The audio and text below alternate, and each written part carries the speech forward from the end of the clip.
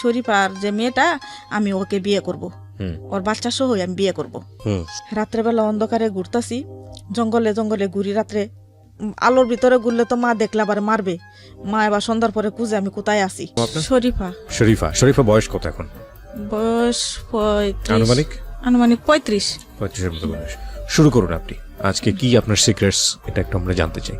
আমার যখন আমি ছোট, আমাদের ফ্যামিলিতে হলো আমার বাবা মা, আমার 3 ভাই 1 বোন, আমি একা।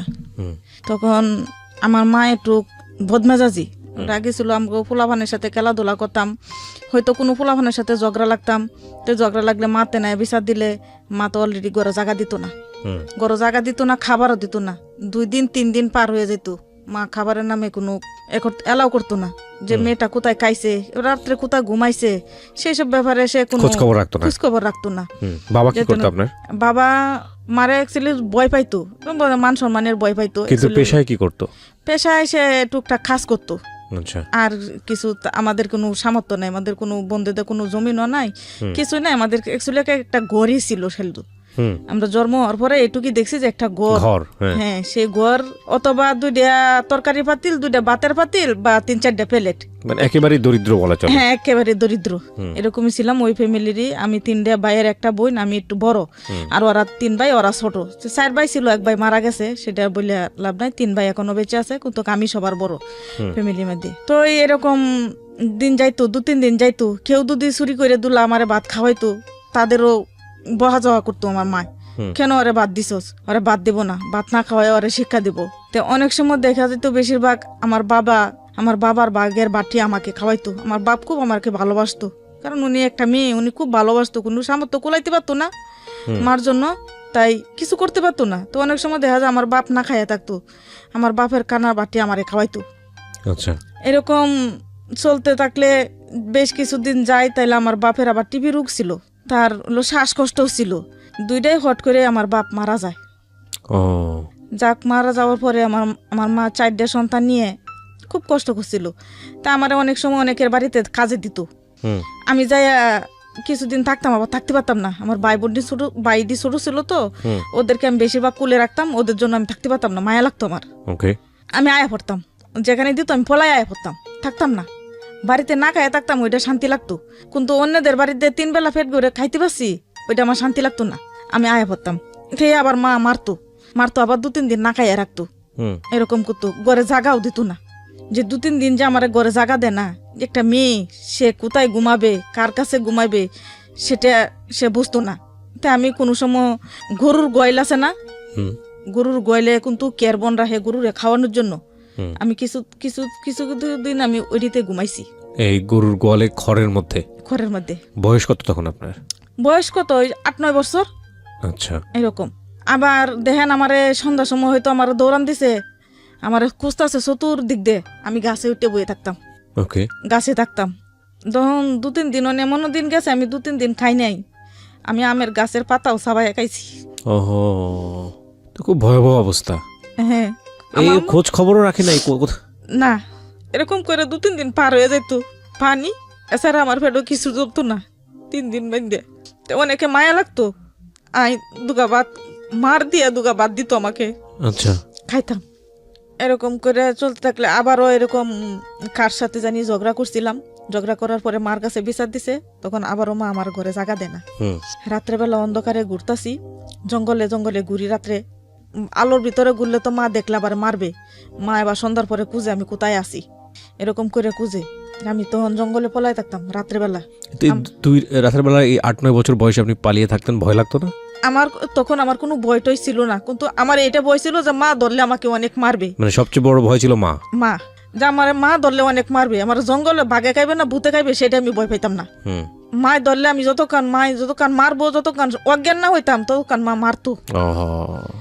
মানসিক বিকারগ্রস্ত হলে যা হয় আর কি, একেবারে গলার মধ্যে দইরে মাথার উপরে উড়াইয়া ফেলাই দিত নিচে মাটির মধ্যে। প্রায় বয়স মনে হয় 10 থেকে 11 বছর। মেয়েদের যে প্রথম একটা সাবালিকা হয়, কত বছরে হয় সেটা আমি জানি না, 12তে হয় না 13তে হয়, আমার এটাও তোর মনে নাই। কিন্তু আমার জীবনে লাইফে আমি একবার হয়েছিলাম জানি।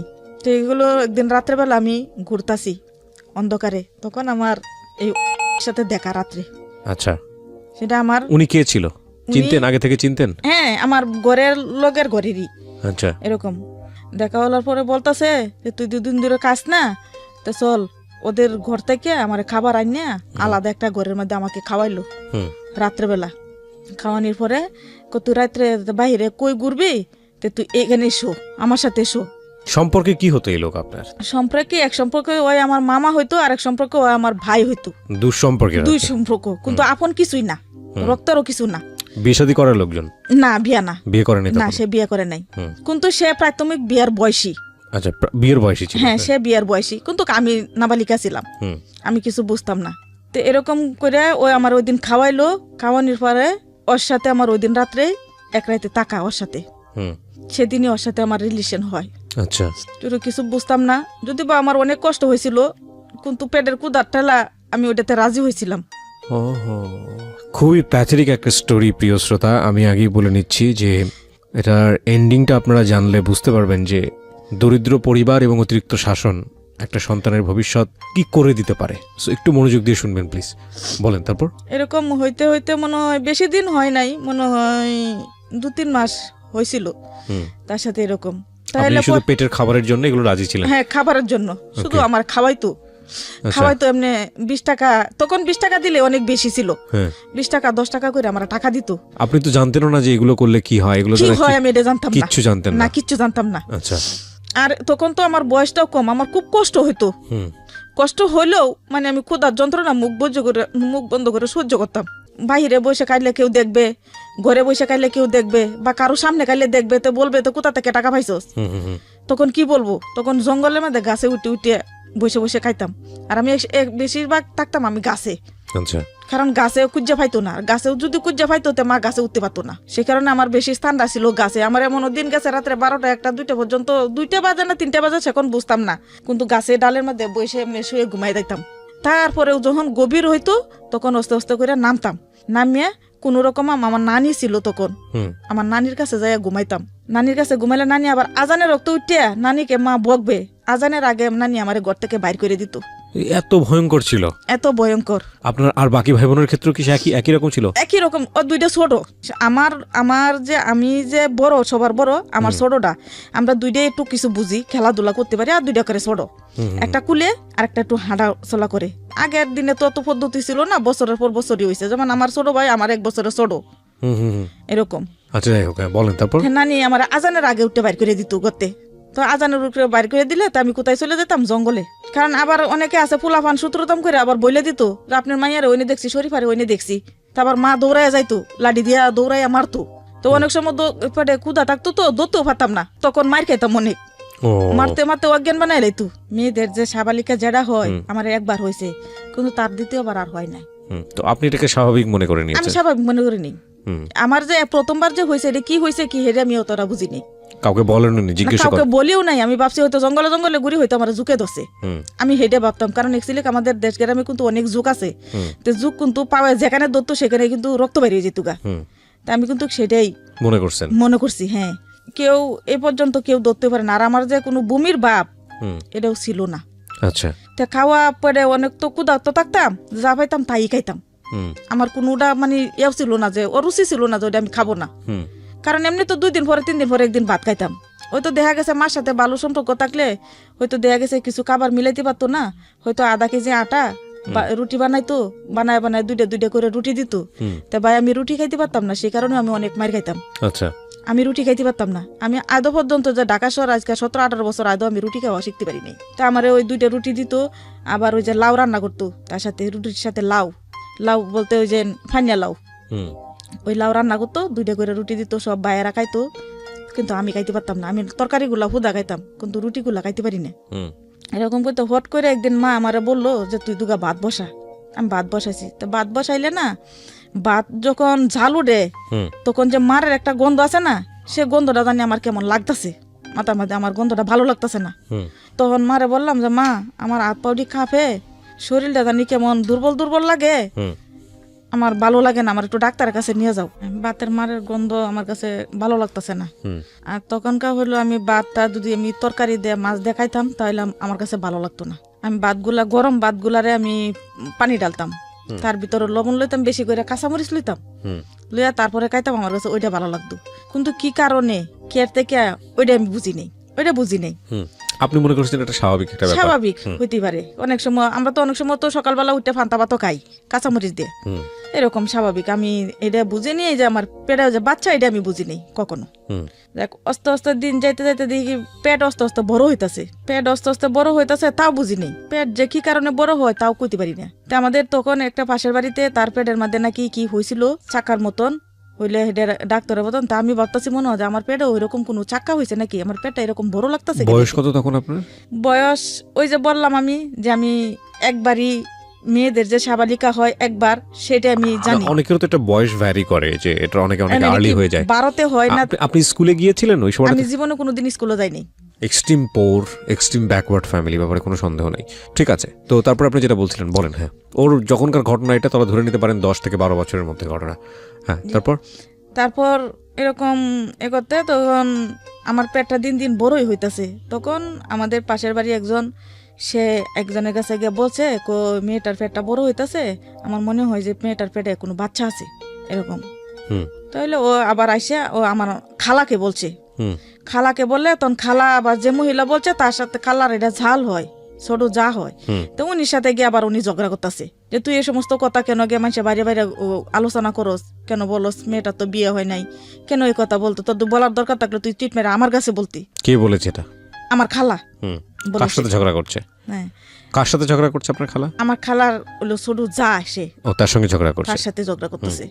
তো তার সাথে ঝগড়া করলে চলেছি যার আমার খালার যে দেবর, যে উনি রাত্রেবেলা আসছে, আইসে মাকে বলতেছে যে আমার বউ এই কথাটা বলছিল, দোষ হয়ে গেছিল, সত্যি তো তোর মেয়ের পেটে বাচ্চা।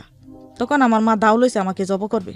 যখন দাও লইছে জব করবে, তখন আমি দৌড় মারিয়া ঘরের পিছন থেকে গিয়ে আমি দৌড় দিয়ে, আমি যে প্রেগনেন্ট আমি কিন্তু সেটা বুঝিনি, আমি কিন্তু দৌড় দেখে গাছে উঠে গেছি গে জঙ্গলে, ঘরের পিছন দিয়ে যায়। আমগো দেশে কিন্তু ঘরের পিছনে কিন্তু জঙ্গল। তারপরে হইলো কতক্ষণ পরে দেখি লোকজন বাড়িতে ভরে গেছে, পুরা গ্রামই জানাজানি হয়ে গেছে।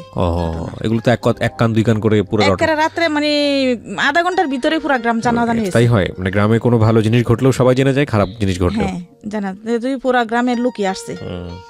তো আমারে কিছু কিছু দুইজন মহিলা এসে জিজ্ঞেস করছে, আমি যাই আমি পরে গাছের থেকে লামি জানি আমার কুস্তাছে, ওইখানে আমার প্রয়োজন, আমার আশাটা খুব প্রয়োজন লোকজনের সামনে। তখন পর্যন্ত জানে না এই কাজ কে ঘটিয়েছে? কেউ জানে না এটা। আচ্ছা, কেউ জানে না। আপনার মুখ থেকে তো বের হয়নি যে আসলে কে করছে? আমার মুখ থেকে এখনো বের হয় নাই।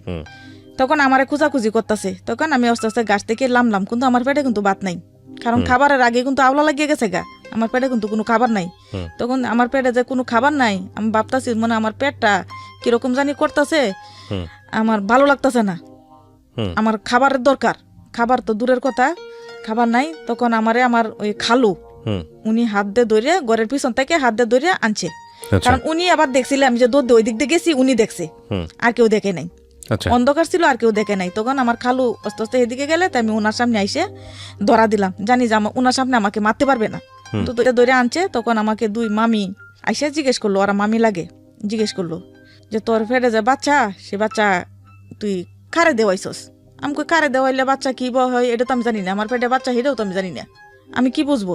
তখন ওরা ভাঙ্গাই অলরেডি বলতাছে যে তুই কি রাত্রে কেউর সাথে ঘুমাইছস? আমি কই হ্যাঁ আমি ঘুমাইছি। কার সাথে ঘুমাইছস? আমি তোর সরাসরি নাম বলে দিস, কারণ আমার পেটে কি দাও, আমার খাবার দিত, খাবার দিয়ে যা খুশি তা করতো, আমি মুখ বুঝে সব সহ্য করতাম, কষ্ট ধামধুম করে সব বলে দিচ্ছেন? বলে দিচ্ছি, আমি সব সরাসরি বলে দিচ্ছি। তখন বলে দেওয়ার পরে তারপরে দেখি যে গ্রামের লোকজনে একটা দরবার দল হয়, সেখানে দরবার হয়েছে, দরবারের মধ্যে তারপরে দরবারের মাঝখানে আমাকে নেওয়া হয়েছে। নেওয়া হলে বাবা তখন মারা গিয়েছেন? আমার বাবা নাই তখন, শুধু আমার মা। তখন দরবারের মাঝখানে আবার আমার মাই দেখি যেন যে তোর মেজাজ ছিল, তখন মেজাজটা একটু ঠান্ডা হয়ে গেছে, ঠান্ডা হয়ে বলতেছে যে তুই যেটা বলবি একটাই বলবি, একটার বেশি দুইটা বলবি না। আমার এরকম মানে উৎসাহ দিতে, মানে কথা একটাই হবে, একটাই হবে, যে ওখানে একজনের নাম বলবে, পরে আবার আমাকে আবার করাইলে আবার আরেকজনের নাম বলবে, সেটা বলতে পারবে না, সেটা আমাকে বুঝাইতেছে। আমি কই না, আমি আরেকজনের নাম কেন বলবো, আমি যার সাথে কইছি আমি তার নামই বলবো, আমি আরেকজনের নাম বলতাম না। তখন আমাকে ওই এই গ্রামের লোকজন ময় মুরব্বী যা ছিল সব দল হয়েছে, এক বয়সের পোলাপানও দল হয়েছে, মুরব্বীরাও দল হয়েছে, যা একটা কুঘটনা রাখলে যা মানুষ জমা হয়, ঘরে হাঁটে না বাহিরে, এরকম বসছে। তখন আমাকে জিজ্ঞেস করলো যে কি তোর এই বাচ্চার বাবা কি সেটা আমি কেমনে কমু, বাচ্চার বাবা কি যে সেটা আমি তো বুঝতাম না। তারপরে একজনে আমার মুরব্বী নানা হয়, সে এখনো আছে বেঁচে, সে জিজ্ঞাইতেছে যে তোর পেটে যে সন্তান, সে সন্তানের মা তুই, তো কিন্তু তারও তো একটা বাবা আছে, সে বাবাটা কে, নামটা বল। আমি অলরেডি বলে ফেললাম। জিজ্ঞেস করলো দরবারের মাধ্যমে যে বাচ্চা তো তোর, ও তো বলতেছে তোর বাচ্চা, কোনাই বাচ্চা আমার না, অস্বীকার গেল, ডাইরেক্ট অস্বীকার গেল। অস্বীকার যাওয়ার পরে যা কয়েকদিন রাত্রে ঘুমাইলাম, পরের দিন সকালবেলা উঠে আমার মা, আমার ওই আমরা কিন্তু মামার বাড়িতে থাকতাম, যেখানে আমার ঘটনাটা সেটা কিন্তু আমার মামার বাড়ি। সালিশের কি রেজাল্ট দাঁড়ালো, কি হলো সালিশের হলো সালিশ এ পর্যন্ত এটা গ্রামের লোকজনে এটা কোনো সমাধান করতে পারলো না, গ্রামের লোকজনে কোনো সমাধান করে নাই, এখন যা করার আমরা করতে হইব। তখন আমার অ্যাকচুয়ালি তো বাবা নাই, ভাই 3টে ছোট। তখন মা পরের দিন সকালে উঠে আমার চাচাগোর কাছে গেছে, যে বললো যে এরকম এরকম ঘটনা হয়েছে, এখন এটা কি করবা। তখন আমার চাচারা ওইখান থেকে আমার নিয়ে গেল।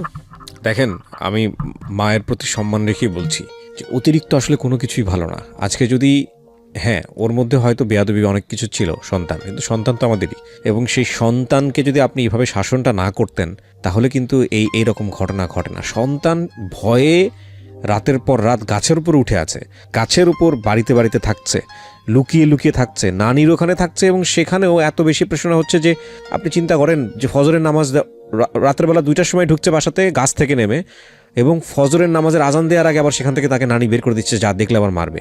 তাহলে এই সন্তানের ভবিষ্যৎ কি, এবং এই যে এত বড় ভুল করবে না, বা এই আসলে ভুল যে করেছে তো বুঝিয়ে নিয়ে কি করেছে। তাহলে অতিরিক্ত আসলে কোনো কিছুই ভালো না, এটা শাসন ছিল না, এটা এটা এটা মানসিক সমস্যা ছিল। যাই হোক, যেহেতু আপনার মা তো মাই, তারপরেও কোনো ভুল আসলে পুরো জীবনটাকেই শেষ করে দেয়, বাবা মায়ের কোনো ভুল। তারপর কি হলো? তারপর আমাকে আমার চাচার বাড়িতে নেওয়া হলো পরে ওরা পরের দিনই নিয়ে আমাকে থানায় নিয়ে গেল। থানাতে? আচ্ছা।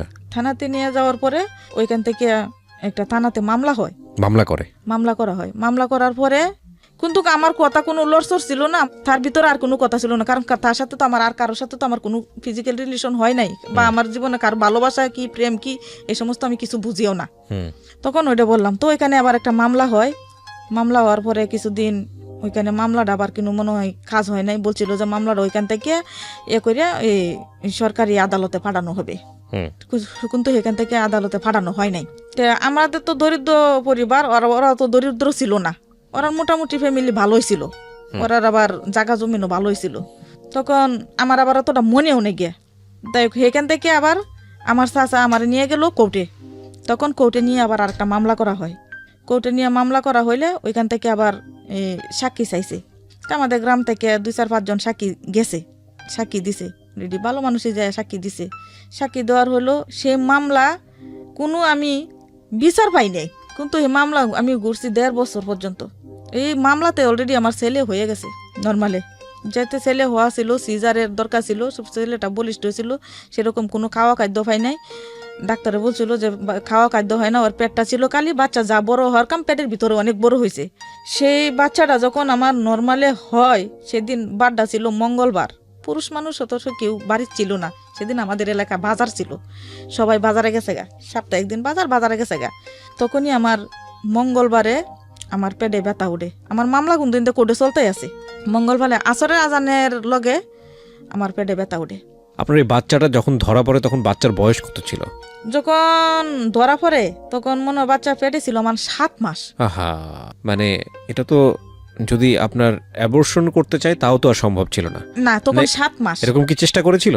না, চেষ্টাও করে নাই। না, এরকম কোনো চেষ্টা করে নাই, কারণ যেদিন ধরা পড়ছে সেদিন তো পুরা গ্রামের মানুষে জানাজানি হয়ে গেছে, তো সেদিন তো দরবার টরবার হয়ে গেছে, তখন তো চাইলেও কেউ নষ্ট করতে পারবে না, কারণ নষ্ট করলে তো বিপজ্জনক। কেন আমি যদি এটা আমার লোকেরা যদি নষ্ট করে লাই, তো ওদের নাম বলা হয়েছে, তো ওরা তো আমাদেরকে মার্ডার কেসের আসামি দিয়ে দিবে, আমার সন্তান নষ্ট করে লেছে।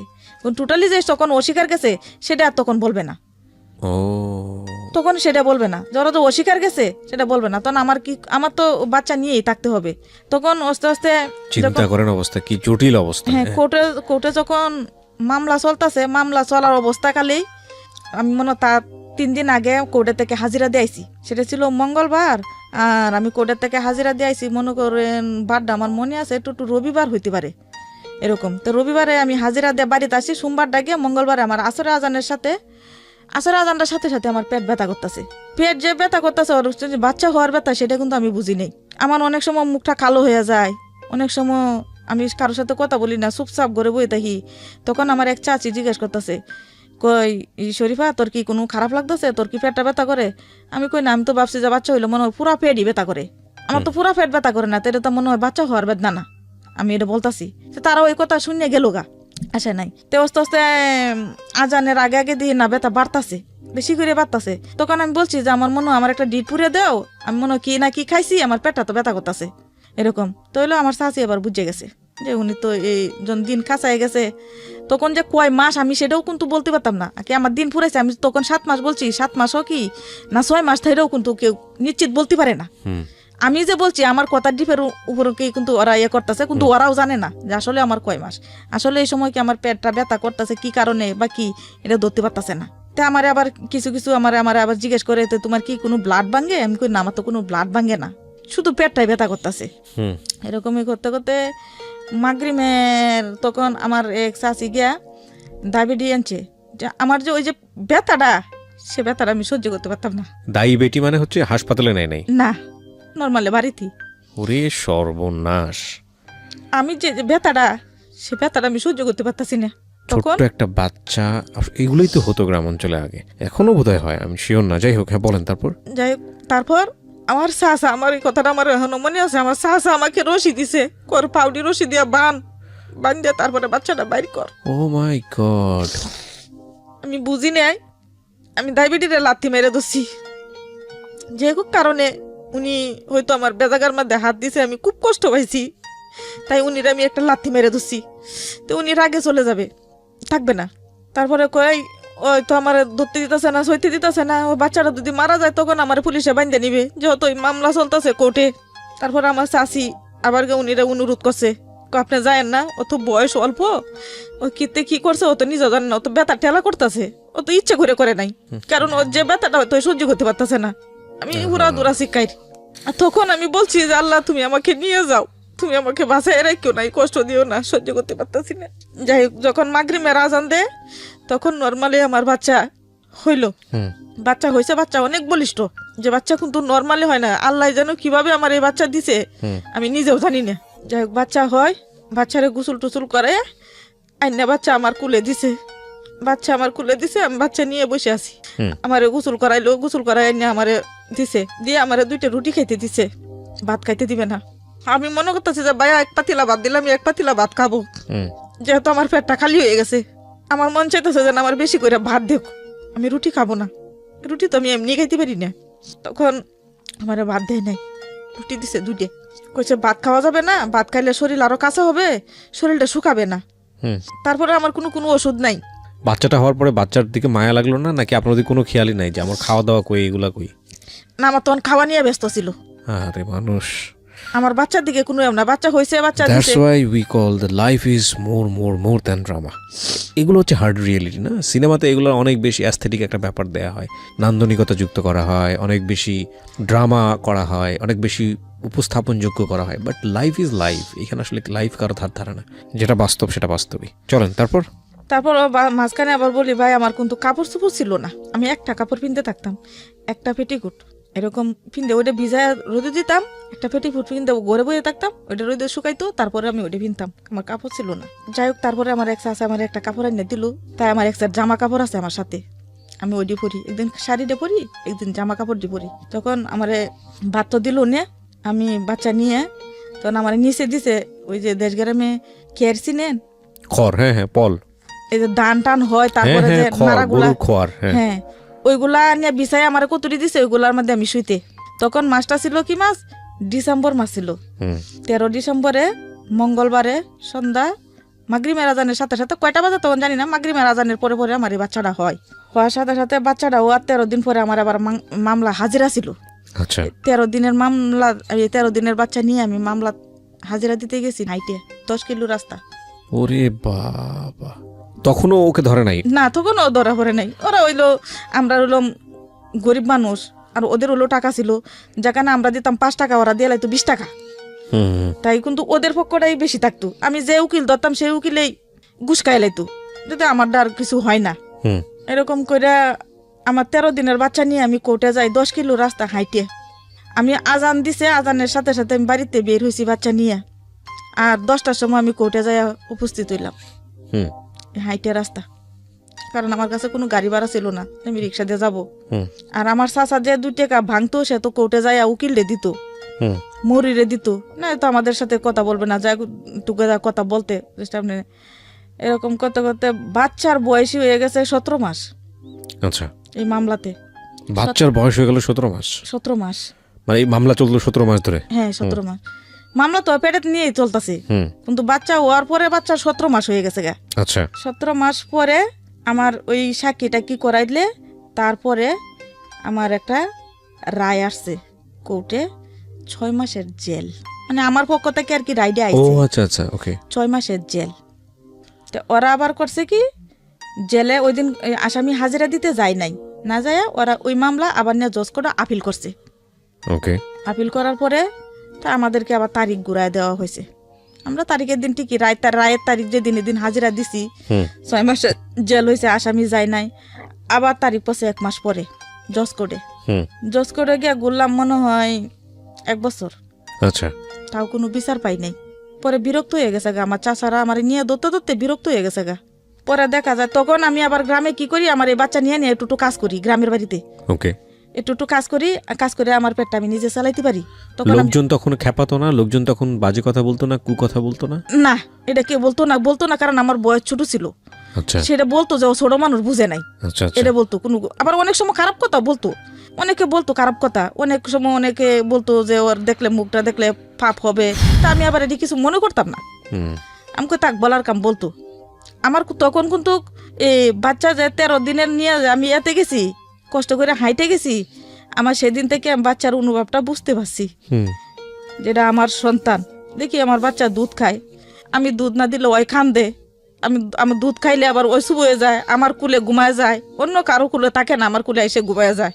তখন আমি বাচ্চার ভালোবাসাটা বুঝতে শুরু করলাম আর কি, বাদে এটাই করলাম যে যা কিছু হয় হোক, আমি এই বাচ্চা ওর জন্যই তো আমার এত কষ্ট, ওকে ছাড়বো না, ওকে রাখবো। তখন আমি গ্রামের বাড়িতে কাজ করি, সবাই আমার কাজ কাম করায়, আমারে দেয়, কারো মরিচ বেটে দিই, কারো হয়তো দান বাঙ্গাইলে চাউল জেরে দিই, আমার দুলা চাউল দে, ওইটা আমি রান্না করে আলাদা খাই। আমি আমার চাচার সাথে আর খাই না, কারণ চাচিরা বিরক্ত হয়ে গেছে গা, অনেকে অনেক ভালো চোখে দেখে না, খারাপ দেখে, অনেক সময় খারাপ কথা বলে চাচিরা, সে আর কত সহ্য করবে আর একটা মেয়ের জন্য। তখন আমি নিজে নিজে কাজ করে খাই, বা আস্তে আস্তে নিজে নিজে মামলাটা চালানি শুরু করি, যে মামলার যে করছোটা সেটা আমি নিজেই চালানি শুরু করি। আপনার চাওয়া কি ছিল? মানে ও আপনাকে বিয়ে করুক এরকম কিছু নাকি? আমি চাইছিলাম যে ও আমার বিয়ে করুক, বিয়ে যদি না করুক বাচ্চারা স্বীকৃতি দিক, বাচ্চারা স্বীকৃতি দেখ, স্বীকৃতি দিক, আমি সেটা চাইছিলাম। কিন্তু সেটা শেষ পর্যন্ত আমি পারি নাই, কারণ পারি নাই আমার আর্থিক অবস্থার অভাবের কারণে, আর আমার লোক না থাকার কারণে। তখন আমি একদম অসহায় হয়ে গেছিলাম, একা। তখন গ্রামের বাড়িতে আস্তে আস্তে কাজ করি, চলি, মামলাও চলতেছে। এরকম করতে করতে এক পর্যায়ে দেখা যায় আমারও বিরক্ত লেগে গেছে গা, আমি আর পারতাছি না পারার পরে হট করে একদিন আমার চাচা আমার সঙ্গে যাবে না, নেত্রকোনা কোর্টে যাবে না। বিরক্ত হয়েছে, কি কারণে ছিল, আমি কাজ করে 2 মণ ধান পাইছিলাম, সেদিন মাসটা ছিল মে মাস, আর বাংলাতে বলে জ্যৈষ্ঠ মাস। আমি 2 মণ ধান পাইছিলাম, তা আমার চাচা বলছিল সে ধানটি বিক্রি করে টাকাটা দিতে, টাকাটা নিয়ে উনি যাবে। আমি কই না, আমি এই টাকা দিব না, আমার কাছে 500 টাকা আছে, ওই টাকা নিয়ে যাব। আমি ধানটি যদি আমি করে দিই, 2 দিন পরে যে বন্যা আসবে, গড়তে বাইরেতে পারবো না, তখন আমি এই বাচ্চাটা নিয়ে কি খাবো, তে ধানগুলা থাকুক না। এই ধানটি বিক্রি করলাম না দেখে আমার চাচার আগে আর গেল না আমার লগে, না গেলে আমি মনের জিদ্দে আমি বাইরেছি যে ওইটা আজকে আমি জেলে ঢুকবো, না এরকে আমি ওকে জেলে ঢুকাবো। বাচ্চা নিয়ে আমি আগের দিন গেছি গে, আমি আগের দিন যাইতাম গা, কারণ দিনে দিনে হাইটে যায় কোর্ট ধরতে পারতাম না, কোর্ট বয়ে যেত তাড়াতাড়ি, হাইটে যায় কুলাইতে পারতাম না, বাচ্চা কুলে নিয়ে হাইটে 10 কিলো রাস্তা হাইটে যাওয়া মুখের কথা না। আগের দিন যাইতাম গা, মামলা যখন পরের দিন আমি আগের দিন যাইতাম গা। আগের দিন আমি যার বাড়িতে যাইতাম, আমি আমার খাওয়ার চাউল নিয়ে যাইতাম, যে অভাবের দিন কে বিরক্ত করবে, আমার জন্য কষ্ট করবে, আমি আমার চাউলগুলা নিয়ে যেতাম, 2 পর চাউল নিয়ে যেতাম, যে 1 পর চাউল রাইতে খাবো, 1 পর চাউল সকালে খাবো, এরকম করে নিয়ে আগের দিন যাইতাম, যাই আগে আমার এক ফুহুর বাড়িতে থাকতাম, পরের দিন খাইতে এন থেকে আমি আবার হাইটে কোর্টে যাইতাম। তো এবার আমার চাচা গেল না, জজ কোর্টে গেলাম। তারপরে আমি গিয়ে আমার উকিল রে বললাম যে এতদিন ধরে আমার মামলাটা রেকর্ড আছেন, আজ পর্যন্ত আমার একটা রায় বিচার পাওয়াই দিলেন না, আমি কোর্টে আসলে খালি আমার কাছে টাকা চান, আমি আপনার আজকে টাকা দিব না। কিসের টাকা দিব? জজ কোর্টে কিন্তু বাদী যায় না, শুধু আসামি যায় উঠে। তো এদিন আমি কি করছি, পুলিশটা ধাক্কা দিয়ে ফেলাইয়া আমি নিজে গিয়ে বাচ্চা লয়ে উঠে গেছি কোর্টে।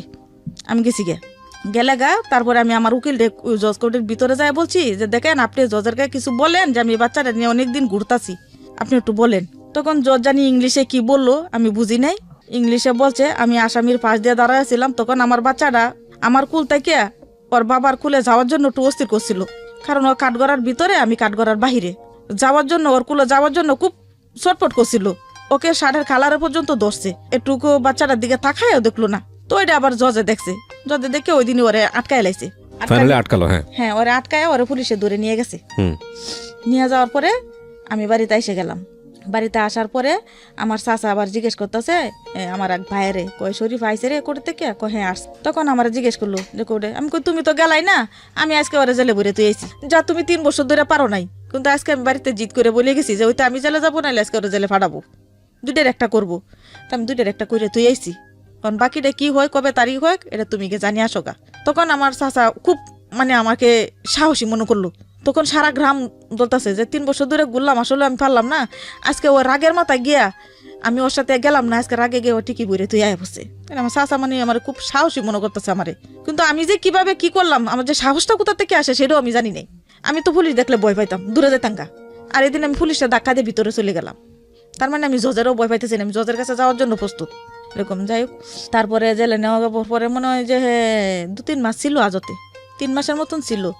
3 মাসের পরে বের হয়েছে। তখন 3 মাস থাকার পরে অ্যাকচুয়ালি হরা আস্তে আস্তে আপুসের পর্যায়ে আইছে আসামির দলেরা। আর বড় ভাই আসছে, আইসা বলতেছে আপুস করে যাব। তা আমিও দেখা যায় ভাই, আমি দৌড়তে আমি অনেকটা ক্লান্ত হয়ে গেছি আমিও চাইতেছি যে আপুস করে লাগ। তখন আমার চাচারার কাছে বললাম যে দেখো তো তোমরাও ফারতাছো না, আমিও ফারতাছি না। তা আমার চাচারা আমি বলি নাই একটা কথা, আমার চাচারা ফসল কিছু লুবে, ভাবছিল ওইখান থেকে লাখানি টাকা নিবে, সে টাকা দিয়া ওরা একটা কিছু করবে। ওরা একটু লুবে টাইপে আসছিল, লুবে চাইছিল, আমারও সাহায্য করছে, ওরা লুবটা ছিল বেশি, তা হেডে আর হয় নাই। তখন আমি কইলাম যে ঠিক আছে আমি মামলা আপুস করে এলাম, আমি আর চালাইতে পারতাছি না। আর তখন আমার অতটা জ্ঞান হয় নাই যে বাচ্চাটা পরবর্তীতে খারে বাবা ডাকবে, কে বাবা হবে সেটা আমার মাথায় ছিল না। যদি থাকতো তাইলে কিন্তু আমি এটা করতাম না, আমি চালাই যাইতাম না। আমারও একলা, আমার লগে কোনো হেল্প করার মতন মানুষ ছিল না। আমিও অসহায়, একা একা চলতে হইতো, একা একা খাইতে হইতো, বাচ্চাটারে খাওয়াইতে হইতো, আমি আর পারছি না। তখন আমি ঠিক আছে আমি আপুস হয়ে যাব। তখন ভাইয়া 10,000 টাকার মধ্যে আপুস হয়, 10,000 টাকার ভিতরে। সেই 10,000 টাকাও কিন্তু আমি চোখে দিইনি। জীবনের কত অপচয়। কোর্টে গেলাম, আমি ছবি তুললাম, আসামি ছবি তুললো, দুইজনে ছবি তুললে ওইটার নাকি ডিপুজ বলা হয়। কিন্তু আমার তো বিয়েই হয় না, তো ডিপুজটা কিসের সেটা আমি আজও বুঝিনি, আজও বুঝিও না, বুঝতেও চেষ্টাও করিনি। আমার তো বিয়েই হয় না, তো আমার ডিপুজ কিসের? ডিপুজ তো আমি এখন বুঝি, আগে তো ডিপুজ কি বুঝতাম না। কিন্তু আমার ছবি তুলছে, ছবি তুললে আমাকে আর আসামিকে ওই এতে নেওয়া হয়েছে, এক ম্যাজিস্ট্রেটের বাসায় নেওয়া হয়েছে। ওইখানে যাইয়া আমার ম্যাজিস্ট্রেটের তার বাসায় যাওয়া হয়েছে। সে কালো করে একটা লোক ছিল, তার চান্দিতে চুল ছিল না ম্যাজিস্ট্রেট। ওইখানে যাইয়া সই করলাম, ওইও সই করলো, আমিও সই করলাম।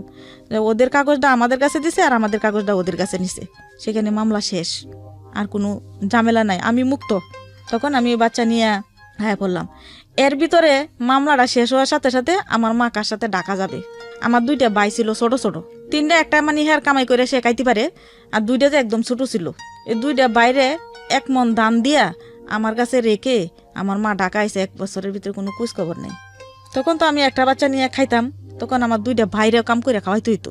অনেক সময় দেখা যাইতো কি আমি চাউল বিক্রি করে দিতাম, চাউল বেশি টাকা বিক্রি করে দিয়ে কম দামের খুদ কিনতাম, খুদের ভাত খাইতাম। তখন 4জন একটা পুরুষ মানুষে নিয়ে চলতে পারে না। 34 মাস হয়তো আমি দেখা যায় 5 কেজি আলু কিনতাম, আলু কিনে আলু সিদ্ধ করে রাত্রে খাইয়া থাকতাম, তো সকালেও আলু খাইতাম, খাইয়া এরকম যাইতাম। এমনও দিন গেছে যে 1 সপ্তাহের ভিতরে মনে আমরা ভাতের লাগাল পাইনি, ভাত দেখিও নেই। যাই হোক, ওইখানে আমার ওই বাইগরে লইয়া 1 বছর থাকলাম।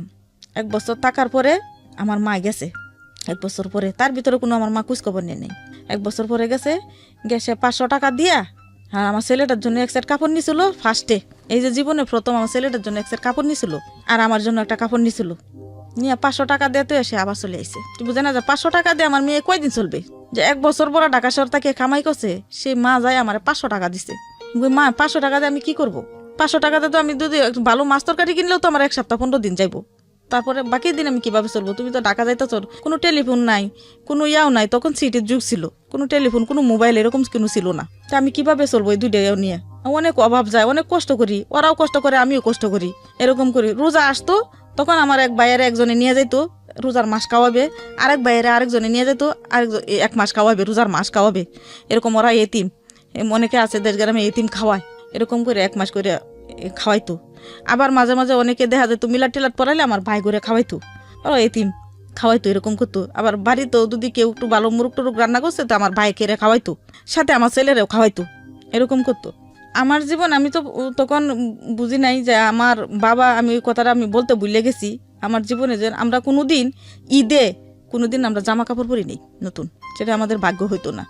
আমার একটা ঈদে মনে আছে, আর কোনো ঈদে মনে নাই। একটা ঈদে মনে ছিল সবার ঘরে মাংস পোলাও রান্না করা হয়েছে, আর আমাদের ঘরে রান্না করা হয়েছে ডিম।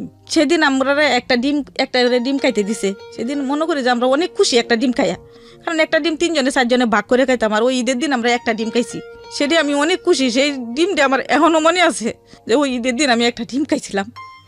তারপরে আমার মা আবার চলে আইছে, চলে আবার পরে আমিও কইতেছি আমি আর থাকবো না, আমিও ঢাকা চলে যাব। তখন আমিও ডিসাইড করলাম আমার চাচার কাছে, আমার 2টা ভাই, না আমার একটা বাইরে অলরেডি আমি এক জায়গায় কাজে লাগাই দিছি মাঝজাডারে। আমি কই যাক পেটে বাতে, ওর পেটটা তো চলতে পারবো, তো এক জায়গায় ওরে কাজে নিয়ে গেছে গা, পেটে বাতে ওইখানে টুকটাক কাজ করবে আর ওর পেটটা চলবে। আমি কই যাক, দেখো ছোট বাইডা রয়েছে, তো ছোট বাইডারে আমার এক চাচার কাছে আমি রাইকে এলাম, রাইকে নেও। তা আমার মা আবার যে বাসায় থাকতো সেই বাসার একটা টেলিফোন নাম্বার আর ঠিকানাটা দিয়েছিল আমারে। এই ঠিকানা দিয়ে আমি ঢাকা আয় পড়লাম আমার ছেলেকে নিয়ে।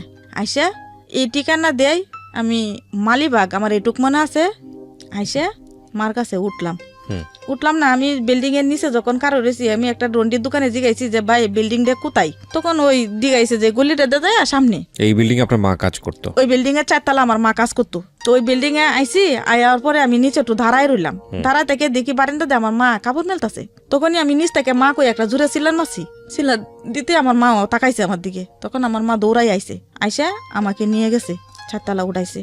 উঠাই নিয়ে যাওয়ার পরে আমার বাচ্চারা বমি টমি করে কাপড় চোপড় সব নষ্ট করে লাইছিল, কারণ ও কোনোদিন তো বাসে উঠে নাই, ও ফার্স্টে উঠছিল বাসে টাকা আসার জন্য, বমি টমি করে সব মারেছে। তো আমার মা সব এটি দইছে, দোয়ার পরে তখন বুঝতে পারছি আমি সারাদিন আমার কোনো খাওয়া ছিল না, আমার কাছে কোনো টাকা ছিল না। আমি যেটুকু খাইলাম এনে অনেকদিন আমি অনেকগুলা ভাত খাইছি, মনে হচ্ছে অনেকদিন পরে আমি এখানে আই অনেকগুলা ভাত খাইছি।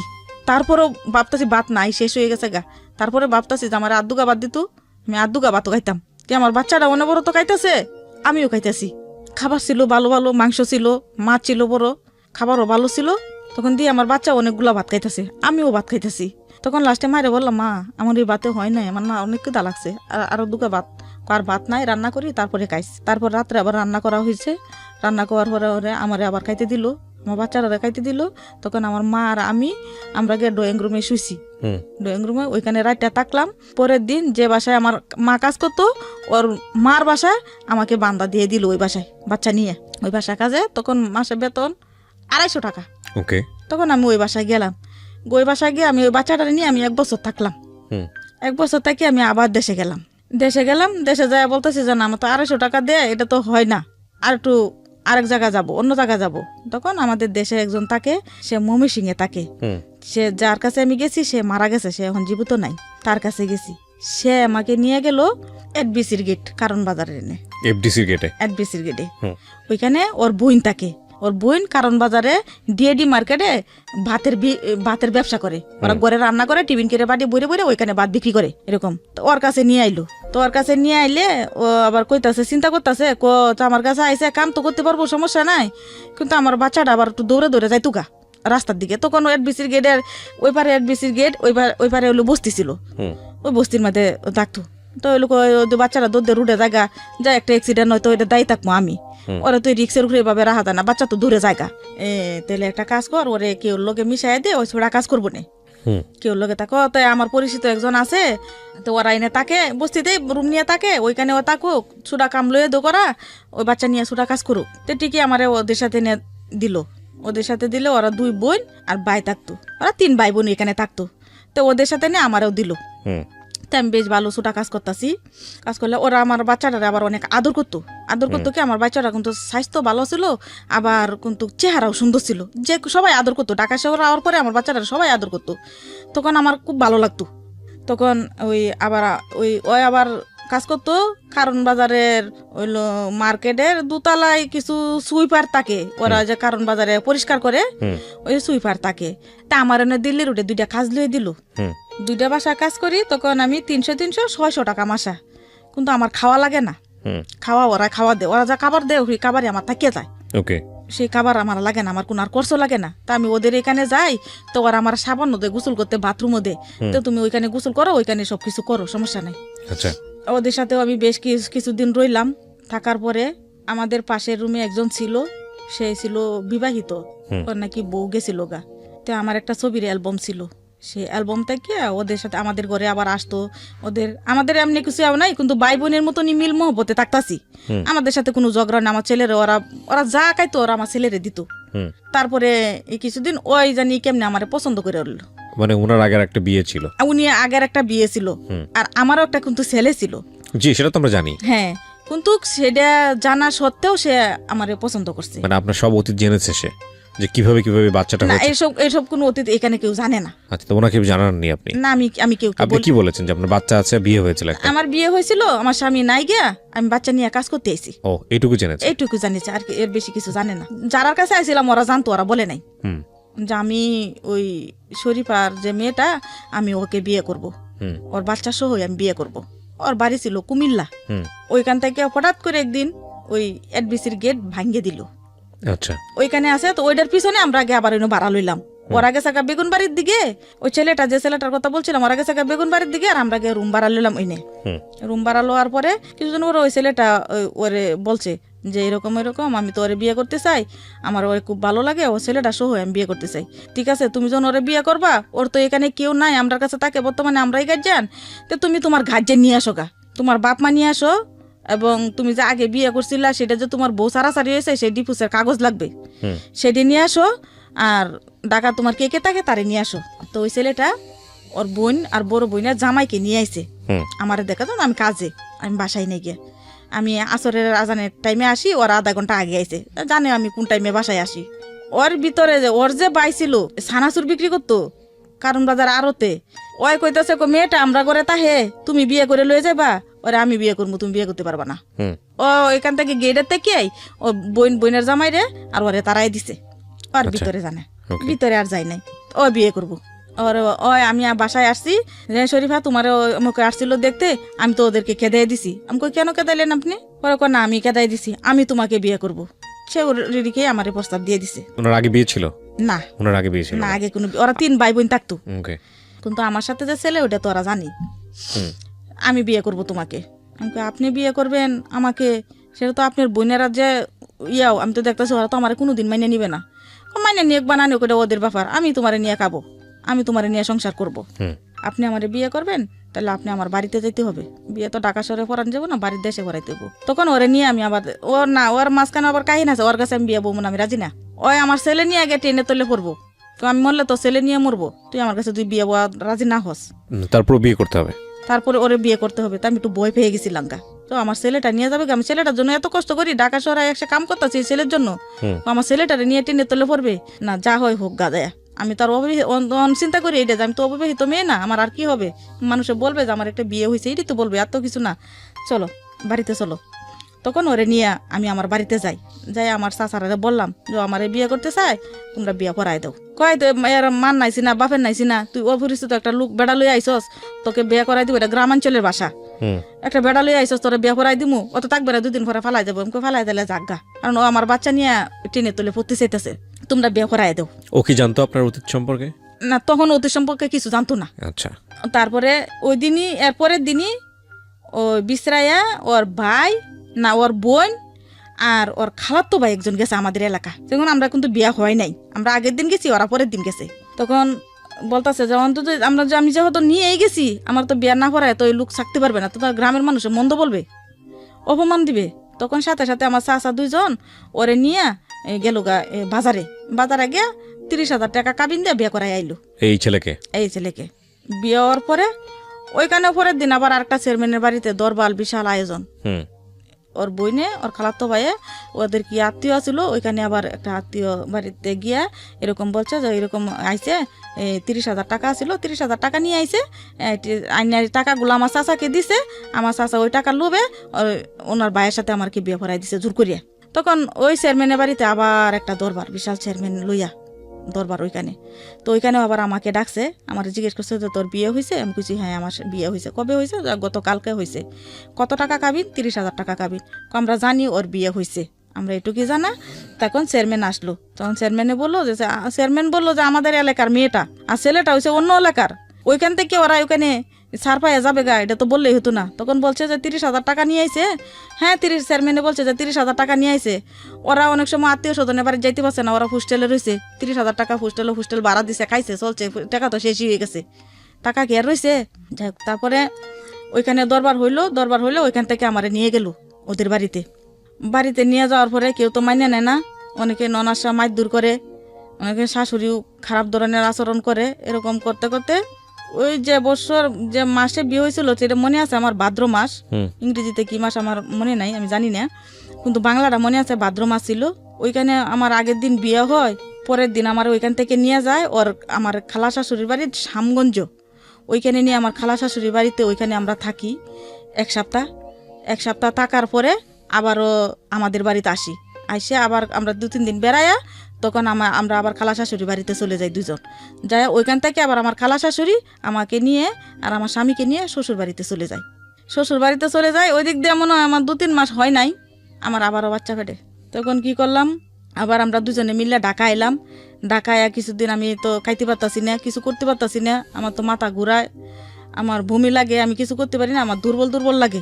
তখনও আমরা 2-3 মাস ঢাকা থাকি আবারও শ্বশুরবাড়িতে চলে যাই। শ্বশুরবাড়িতে যাওয়ার পরে আমারও আবার ছেলে সন্তান হয় 2004 মে মাসের 30 তারিখে আমার এক ছেলে সন্তান হয়। ওরা খুব স্নেহ আদর করতো, খুব ভালোই বাসতো, নিজের সন্তানের মতনই দেখতো, কোনো সময় ওর সাথে কোনো খারাপ আচরণ করে নাই। ওকে আমি নিয়েই যেছি হলে। তো এই যে মে মাসের 30 তারিখে আমার আরেকটা ছেলে সন্তান হইলো, 2-3 মাসের বাচ্চা নিয়ে। তখন আপনার এই ছেলেটা কত বড়? সর্বপ্রথম ছেলেটা প্রথম ওই মনে হয় 4 বছর বা 5 বছর এরকম, এরকম আর কি হইলে। ছেলেটারে 3 মাস বয়স নিয়ে আমি আবার আসি কারণ বাজারে, এই অ্যাডভিসির গেটের সামনে আবার আইসা ওই ছেলেটারে নিয়ে আমি বাসায় থাকি, আর ওই চানাচুর বিক্রি করে আড়তে, ওই দিয়ে আমরা সুন্দর সংসার চলছিল, ভালোই সুন্দর সংসার চলছিল। ওর ভিতরে আমার ননাসেরা আমাকে দেখতে পারে না, আমার ননাসেরা আমার খাইতে দেয় না, অনেক কষ্ট দিছে আমার, এখানেও আমি অনেক কষ্ট পাইছি। কিন্তু তখন আমার স্বামী ভালো ছিল, পারে নাই আমার স্বামীর জন্য। তখন বড় ছেলেটা আমার ছোটো ছেলেটারে রাখে, আমি আবার কাজে চলে যাই। এরকম সকালবেলা কাজে চলে যাই, আইতে 3-4 বাজে, এরকম করে আবার আসি বাসায়। এরকম করে আস্তে আস্তে কাজ করতে করতে এক পর্যায়ে দেখা যায়, এমনই একটা পর্যায়ে আমাদের আমি আবার বাড়িতে চলে গেলাম, শ্বশুর বাড়িতে চলে গেলাম। আমার বড় ছেলেটারে রেখে গেলাম আমার বাড়িতে, আমার খালার বাড়িতে। ছোট ছেলেটারে নিয়ে আমি শ্বশুর বাড়িতে কিছুদিন ছিলাম। এরকম একটা অবস্থা, কি বলবো ভাইয়া, আমি জানি না, আমি কি ওর বাড়িতে যাইছি না এ পর্যন্ত। আমি যে একটা বিবাহিত একটা বাচ্চা সহ আমাকে বিয়ে করে নিয়েছে, ওই গ্রামের মানুষ আমার বেশি দেখতো না, কারণ আমি গ্রামের মানুষের সামনে বাইরে হতাম না। আমি যাই হোক, আমি তো এই এলাকার নতুন বউ, আমি বাইরে হতাম না, আমি ভিতরে থাকতাম, কারণ বাড়িতে কল ছিল, আমার বাইরনের কোনো প্রয়োজন ছিল না, আমি বাইরে হতাম না। আমি যখন ঘর বাড়ি ঝাড়ু দিতাম, আজানের সময় উঠে ঝাড়ু দিলাইতাম, যাতে আমার কেউ না দেখে, এরকম সেফ মতনই চলতাম। কিন্তু গ্রামের মানুষ আমার খুব ভালোবাসতো, বলতো যে না, মেয়েটা যেখানেরই হোক, গরিবের হয়ে থাকলেও মেয়েটা এমনি ভদ্র আছে, সম্মান আছে, ভালোভাবে চলে। তো এই কিছুদিন যাইলে আমি জানি আমার এক চাচা শ্বশুরের বাড়িতে টিভি দেখতে গেছিলাম, শুক্রবারের দিন ছিল, টিভি দেখতে গেছিলাম। সেটা আমার স্বামীর কাছে আমার শাশুড়ি বলে দিছিল। বলে দেওয়ার পরে সাথে সাথে ভাইয়া বিশ্বাস করেন কিনা আমি জানি না, আমার বাঁশ দেয় এমনই একটা জোরে বাড়ি মারছে, যা আমার পাওটা আমি 3 মাস নিয়ে হাঁটতে পারছি না। সেই বাঁশ দিয়ে আমার পাওয়ার মধ্যে এমন একটা বাড়ি মারছিল। তারপর চিন্তা করলাম যে ওইখানে আমি আর থাকবো না, ওইখান থেকে আমি ফলাই আয়া পড়বো, চেষ্টা করতেছি। তাই আমি টোটো টের পাই, অনেকে আমার কাছে এসে বলে যে অমুক জায়গায় মায়া দেখতে গেছিল, বা আরেকজনে বলে অমুক কানে মায়া দেখতে গেছিল, আমার গোপন ভাবে আইসা বলে দে। তখন আমি আবার জিজ্ঞেস করি, অস্বীকার যায়। যাক, তখন আমার রোজার দিন ছিল, তখন সবাই তারাবি পড়তা ছিল মসজিদে। আমি আমার ছেলেকে কুলে নিয়ে আমি রাতে বাঙ্গা পাও নিয়ে বাইরে গেলাম। যে আমি ওইখানে আর থাকবো না, আমি চলে যাব। যে মানুষটা তো এত কিছু করে আমাকে বিয়ে করলো, সে মানুষটা এখন আমাকে ভুললে আবার আরেকজনকে বিয়ে করতে চাইতেছে, তো আমি চলে যাব, ওইখানে আর থাকবো না। এমনই রাস্তা দিয়ে গেছি, জঙ্গল দিয়া, এই ফেক কাদা পাইরিয়া। কোথায় যাচ্ছিলেন? আমি আমার বাবার বাড়িতে চলে যাব। মানে বিশাল, আমি কোনো রাস্তাতে যাই না, রাস্তাতে গেলে তো আমাকে ধরবে, রাস্তাতে তো লোকজন আনিগুনি করবে। তাহলে আমি জঙ্গল দিয়ে বেরিয়ে গেছি, কারণ আমার তো ছোট থেকে বই, আমার জঙ্গলের কোনো বই ছিল না। তখন আমি জঙ্গল দিয়ে বের হইয়া ওই পানি, গলা পানি ভাঙ্গিয়া আমি গিয়া একটা রাস্তায় গিয়ে উঠলাম, মেন রাস্তা। মেন রাস্তায় আমি যখন উঠি তখনই মাইপে অ্যালাউন্স করতেছে যে বুড় রাত্রে রান্না করা হবে, খাওয়া হবে। বুড় রাত্রের জন্য ডাকতেছে, গ্রামের বাড়িতে মাইপে অ্যালাউন্স করে 2টার দিকে, কারণ সবাই রান্না বান্না করে। তখন আমি ওইখানে উঠলাম, ওই রাস্তার মধ্যে মসজিদের পাশে গেলাম, গেট দাঁড়াইলাম, চাঁদনি রাইতা ছিল। তখন একটা লোক, মনে হয় সে কি টয়লেট করতে আসছে নাকি প্রস্রাব করতে আসে, আমি অতটা জানি নাই। সে আমারে খাড়া হারাইছে, দাঁড় করেছে, আপনি কোথা থেকে আসছেন? আমি আমার গ্রাম থেকে আসছি। আপনি কোথায় যাবেন? আমি আমার কানে যাবো। এমনি কি হয়েছে? তখন আমার গায়ে অনেক মাইরেছি না, আর পাওয়ের মধ্যেও পাও ফুলে রয়েছে, হাঁটতে পারতাছি না। তখন উনি আমার বাড়িতে নিল, নিয়ে বললো যে উনিকে দুলা খাওয়াইয়া বিছানা দিয়ে উনি এনে ঘুমাক, সকালে উঠতে যাবে গা। তখন আমি ওইনে রাত্রে ঘুমাইলাম, ওইখানে ওরা বুড় রাতে রান্না করছে, খাইলাম, খাইয়া ওইখানে রাত্রে ঘুমাইলাম। ঘুমাইয়া সকালবেলা উঠে আমার একটা রিক্সা দিল, ওই রিক্সাটা ধরে আমি আমার বাড়িতে চলে গেলাম, আমার খালা বাড়িতে গেলাম। ওইখানে গেলে 1 সপ্তাহ পর্যন্ত ওইখানে ছিলাম। 1 সপ্তাহ পরে আবার ওই যায় ওর ছেলেরে নিয়ে আসে, আমারে রেখে আসে, ছেলেরে নিয়ে আসে। কিছুদিন পরে শুনলাম যে সে আবার একটা বিয়ে করছে, আমার ডিপু ছাড়া। মানে ওই যে আপনাকে বিয়ে করেছিল? হ্যাঁ। তখন আপনার এই ছেলেটা কোথায়? মানে যে ছেলেটার প্রথম যে ছেলেটা আপনার হয়েছিল, উনি কোথায় তখন? ওরে আমার খালা বাড়িতে রাখছিলাম, ওইখানে থেকে বড় হচ্ছে? হ্যাঁ, ওইখানে থেকে ও বড় হইতাছে। আপনার যখন ডিভোর্সটা হলো তখন ওর বয়স কত? ডিভোর্সটা হয়েছে তো 2017-তে না কততে জানি হয়েছে। আচ্ছা, তো তখন তো পরিণত বয়স মোটামুটি। হ্যাঁ, তখন বয়স কত আপনার ছেলের? এখন তো 20 চলে। 2017, মানে 17-18 বছর বয়স তখন আপনার যখন ডিভোর্স হয়ে গেছে? হ্যাঁ, ডিভোর্সটা হয়েছে তো ইদানি, বেশি দিন হয় না। তো আপনার এই ছেলে আপনার এই গল্পটা জানলো কিভাবে? মানে ওর যে ঘটনাটা, ওর যে পৃথিবীতে আসার যে গল্পটা, এটাও জানলো কিভাবে? এটাও জানলো যে হয়তো একটা জন্ম নিবন্ধন কাগজ করতে গেলে হইতেছে না, আচ্ছা, একটা আইডি কার্ড করতে গেলে হইতেছে না। তো ওরে আমি আমার মুখ থেকে কিছু শুনি নাই, ওরা কেউ না কেউ বলে দিছে। তারপর ও আপনাকে জিজ্ঞেস করেছে? হ্যাঁ, জিজ্ঞেস করেছে। কি বলেছে? বলছে যে মা, আমি তো বাপের পরিচয় দিতে পারতাছি না, তুমি আমারে কেন জন্ম দিলা? তখন আমি আর কোনো উত্তর দিতে পারি না, কি উত্তর দিব তার সাথে? কি করে ছেলেটা এখন? এখন কাজ করে। পড়াশোনা করাতে পারেন নাই? না, পড়াশোনা করাইনি। এই যে আমি যা বললাম সবই সত্যি কথা বললাম, তার পিছনে আমার কতটুক ভুল ছিল? আপনার কোনো ভুল ছিল না? আমার কোনো ভুল ছিল না, তাও আমি মাইনে নিতেছি যে আমার ভুল ছিল। কিভাবে আপনার ভুল ছিল? আমি তো বুঝি না এই ঘটনাটা, আমি এখন বুঝতেছি যে মনে হয়তো আমার ভুলের খাতিরে হয়েছে, কিন্তু তখন এটা বুঝি না। আমি এখন বলতেছি আর কি, যেটা কি আমার ভুলের খাতিরে আমার এই কপালে এই দশা, যেখানে আমি ছেলেটার বাবার পরিচয় দিতে পারতাছি না। না, আপনার কোনো ভুল নাই তো। আমি এখানে আপনার কোনো ভুল দেখি না। আপনার যদি গল্পটা যদিও আপনার গল্পটা আমি পুরোটুকু এখানে কতটুকু উপস্থাপন করলাম আমার জানি না, দর্শকরা আসলে কতটুকু বুঝতে পারবে আপনাকে, কিন্তু যতটুকু আমি শুনেছি সেই জায়গাটা থেকে আমি বলতে পারি আপনি পুরোপুরি নির্দোষ, যদি আপনার কথা আমি সত্য বলে ধরে নেই। কারণটা হচ্ছে কি, দেখেন, আপনার অতিরিক্ত শাসন, আপনার মায়ের অতিরিক্ত শাসন আপনাকে ভয় করে করে ঘরের বাইরে রাখতো, সেই সুযোগটা এই লোকটা নিয়েছে। আপনার কথা যদি সত্য হয়ে থাকে, তাহলে আপনি বললেন এটা কি, যে আপনি এতই ক্ষুধার্ত থাকতেন যে আপনাকে ভাত দিয়ে এইসব কাজ করতো? হ্যাঁ। তো আপনি তখনও বুঝতেন না যে একটা ছেলে এবং একটা মেয়ের মধ্যে এই ধরনের সম্পর্কটা কি? না। এই সম্পর্কের ফলে যে এরকম একটা পেটে বাবু আসে, এটাও আপনি বুঝতেন না? না। আচ্ছা, তো একের পর এক যে ঘটনাগুলো ঘটে গেছে, এগুলো আপনার সব না বোঝার কারণে হয়েছে। আপনার মার উচিত ছিল যাতে করে আমার মেয়ের সাথে যতই শাসন করি না কেন এমন পর্যায়ে যাতে না যায় যে সে ঘরের বাইরে থাকে। দিনের পর দিন আপনি ঘরের বাইরে থাকতেছেন, গাছের আগায় উঠে থাকতেছেন, এটাই ধরে নিয়েছে নিয়ম। তাহলে আপনার সঙ্গে তো একটা দুর্ঘটনা ঘটতেই পারে। তারপরে দেখেন, এরকম একটা দুর্ঘটনা ঘটার পরে গিয়ে আপনি আপনার বাচ্চার অধিকার লড়াইয়ের জন্য যে ফাইটটা করছেন, আপনি তো রাষ্ট্রের কাছে গেছেন, আইনি অধিকার পাওয়ার জন্য তো গেছেন, আপনি পুলিশের কাছে গেছেন, আপনি কোর্টের কাছে গেছেন। মা হিসেবে আপনার যতটুকু করার দরকার আপনি করেছেন। এইটা আমি মনে করি প্রত্যন্ত অজপাড়া গায়ে বড় হয়ে এত দরিদ্র পরিবারে থেকে অনেক মেয়েই সেটা করে না। আপনি সেটা করেছেন। তবে এটা ঠিক যে এই যে 20 বছর এই ছেলেটা যে বড় হয়েছে, তাকে কতটুকু মাতৃস্নেহে বড় করতে পেরেছেন, সেই জায়গাটায় আপনি কোনো ভুল করেছেন কিনা, অপরাধ করেছেন কিনা, সেটা আপনি জানেন ভালো। কারণ আপনি তাকে রেখে বিয়ে শাদী করে অন্য একটা সংসারে চলে যান। আপনার সন্তান আপনাকে কতটুকু পাইছে সারা জীবনে এই 20 বছরে? আমার সন্তান আমাকে পাইছে ভালো। আমি যতদিন ছিলাম আমি আমার সন্তানকে নিয়েই ছিলাম। মানে আপনি ওর খোঁজ খবর নিতে পেরেছেন, ওর যখন যা দরকার আপনি দিতে পেরেছি। ও যেখানেই থাকুক, ও যদি আমি দেশে ওরা কোনো একটা কাজে লাগাই রেখেছি, আমি ঢাকা শহর থাকছি, তারপরে ওরা ঢাকা শহর থেকে আমি যতটুকু পারি অতটুকু আমি দিছি। এখন আপনার বাচ্চা কয়টা? এখন 2টা। ওকে ভাই হিসেবে মানে? ভাই হিসাবে মানে, সম্মান করে, respect সম্মান করে মানে। আপনার ছেলেকে আপনার সঙ্গে থাকে না আপনার জামাইয়ের সঙ্গে থাকে? ছেলেটা এত ডিভোর্স হওয়ার পরে আমার সাথে ছিল, এরপর ওর বাবার কাছে চলে গেছে। তারপর ওর বাবার কাছে চলে গেছে। এখন আপনি থাকেন কোথায়, কিভাবে থাকেন? পেশায় কিছু করি নাই, তবে একটা চাকরির জন্য আমি একটা প্রয়োজন, অনেকে বলছিলাম যে আমার একটা চাকরি দাও, আমি একা একা বসে ঘরে থাকতে পারতাছি না। আপনার সন্তানের সঙ্গে থাকলে সমস্যা কোথায়? আপনার আগের ছেলেটার সঙ্গে থাকলে সমস্যা কোথায়? সেটা তো আমি বলতে চাচ্ছিলাম, আমার যার সাথে আবার আমার পরে আবার একজনের সাথে আবার বিয়ে হয়েছে, দ্বিতীয় আরেকজনের সঙ্গে বিয়ে হয়েছে। আরেকজনের সাথে বিয়ে এখন কি হয়েছে। আপনি ওনার সঙ্গে আছেন? ওনার সঙ্গে আসি না বলতে, ওনার সঙ্গে আমি থাকি না। উনি আমাকে কারণ ওনারও আরেকটা সংসার আছে, আচ্ছা, উনি আমাকে দায়িত্ব নিছে, উনি আমার দায়িত্ব হিসাবে আমার কাপড় চোপড় বা ঘর ভাড়া খরচ খরচ দেয়, কিন্তু পরিচয় দিতে পারবে না, পরিচয় দিতে পারবে না। Most common case. সেটা আমি শুধু এতটুকুই বলতে চাই যে দেখেন, বাবা মায়ের জায়গাটা থেকে বলতে চাই যে সন্তানকে শাসন করব আমরা, ঠিক আছে, কিন্তু এমন শাসন যাতে না করি এতে করে সন্তানরা বাধ্য হয় ভুল করতে। সো এটা আমরা খেয়াল রাখবো।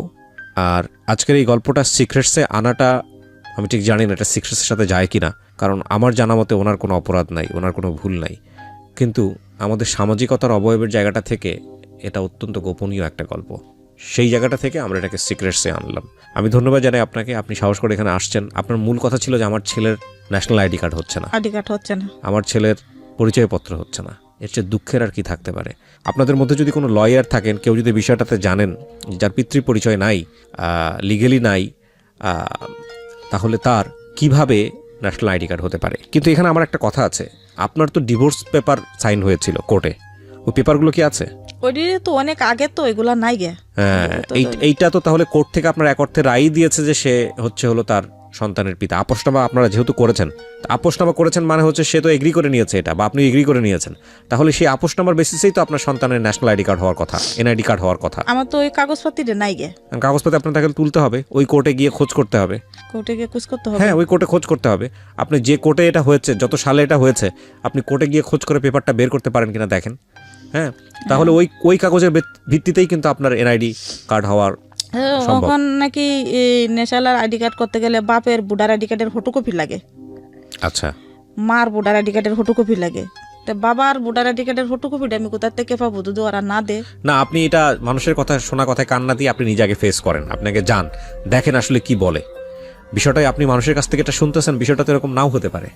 আপনি আগে যান ন্যাশনাল আইডি কার্ড করার জন্য, দেখেন ওরা কি চায়। গেছিল তো, গিয়ে বলছে বাপের ভোটার আইডি কার্ড লাগবে। হ্যাঁ, ফটোকপি লাগবে। তাহলে আপনি ওই কোর্টের কাগজটা নিয়ে দেখান, কোর্টের কাগজটা আপনি তোলার চেষ্টা করেন, চেষ্টা করে দেখেন আপনি ফেল করেন কিনা, আগে চেষ্টা করেন। সো প্রিয় শ্রোতা, এই হচ্ছে আজকের সিক্রেটস। আপনারা সবাই অনেক ভালো থাকুন। প্রতিটা গল্পই আমাদেরকে কোনো না কোনো কিছু শেখায়। হয়তো